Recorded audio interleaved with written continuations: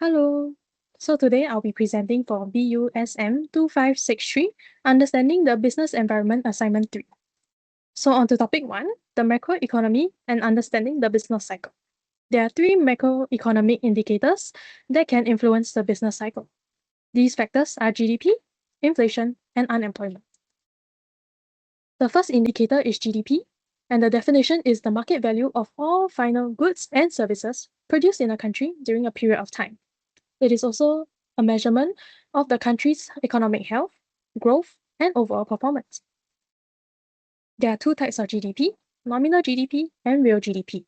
Nominal GDP is calculated by summing the current values of final goods and services, while real GDP is a measure of the volume of final goods and services, which holds prices constant, making it a more accurate measurement for long-term economic growth as it accounts for inflation.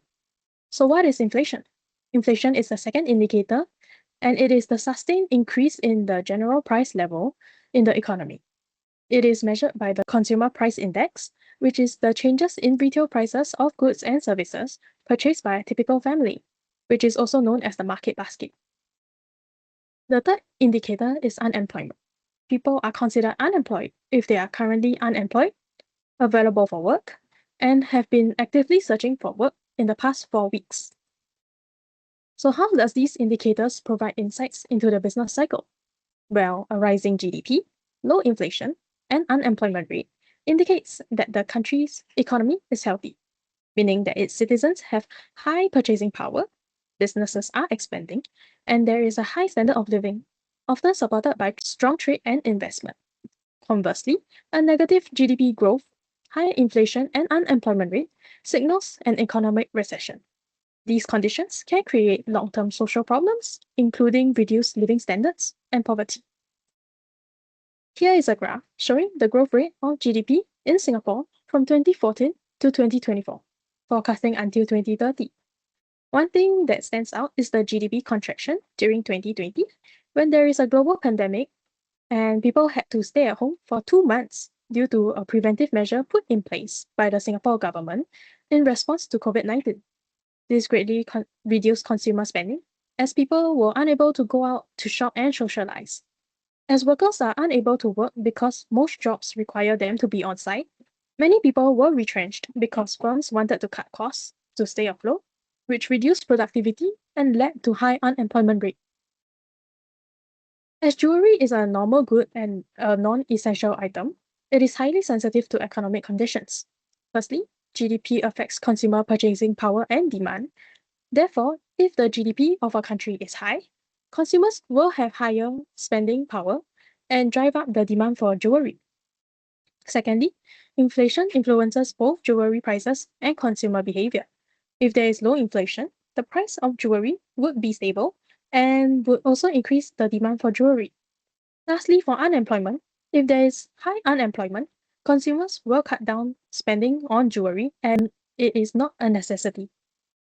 When individuals lose their jobs, they immediately cut back on such spending, leading to reduced overall demand.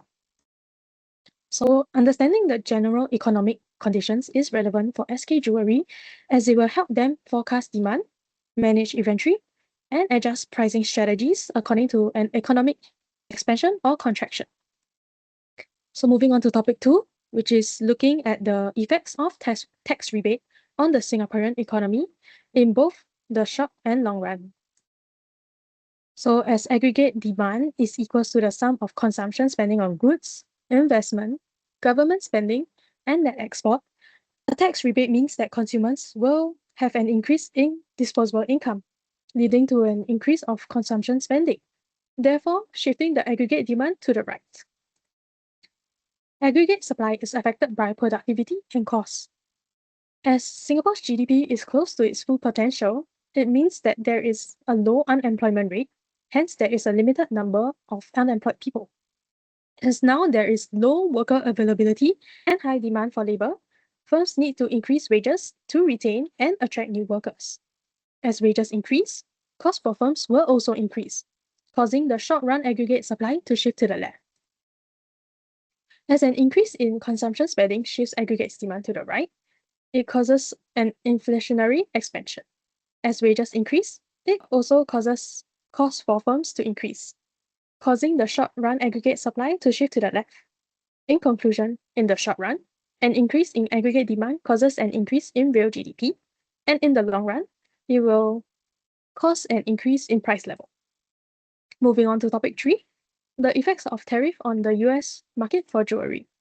As tariffs are imposed, the prices of jewelry will increase from P1, which is world price, to P2, which is the world price plus tariff, representing area A, which is the increase of producer surplus due to higher prices. Area C is the government's tariff revenue, and area B and D represent deadweight loss. Tariff causes the loss of consumer surplus, which is the sum of area A, B, C, and D. The winners from the tariffs are the local producers and government. The local producers win as they are able to charge higher prices, sell more output due to an increase in producer surplus. The government wins as they earn tariff revenue. However, the losers from the tariffs are local consumers, foreign producers, and the economy. Local consumers lose because they pay higher prices and lose consumer surplus. Foreign producers lose as they lose the competitiveness against local producers. As the demand for foreign products falls, they will export less, leading to a decrease in their revenue. The economy loses as the market is inefficient due to misallocation of resources, resulting in deadweight loss. The effect of tariffs on SK Jewelry is that they need to charge their customers in the US market higher prices. Therefore, local customers will choose to look for cheaper substitutes, leading to a fall in demand for SK Jewelry, resulting in reduced revenue and profits for them. Hence, they will need to export less to the US market. As customers search for cheaper substitutes, SK Jewelry loses competitiveness and is less attractive for local customers. Moving on to the last topic, which is insights from behavioral economics. It is important to understand behavioral economics because people are not always rational when making a decision.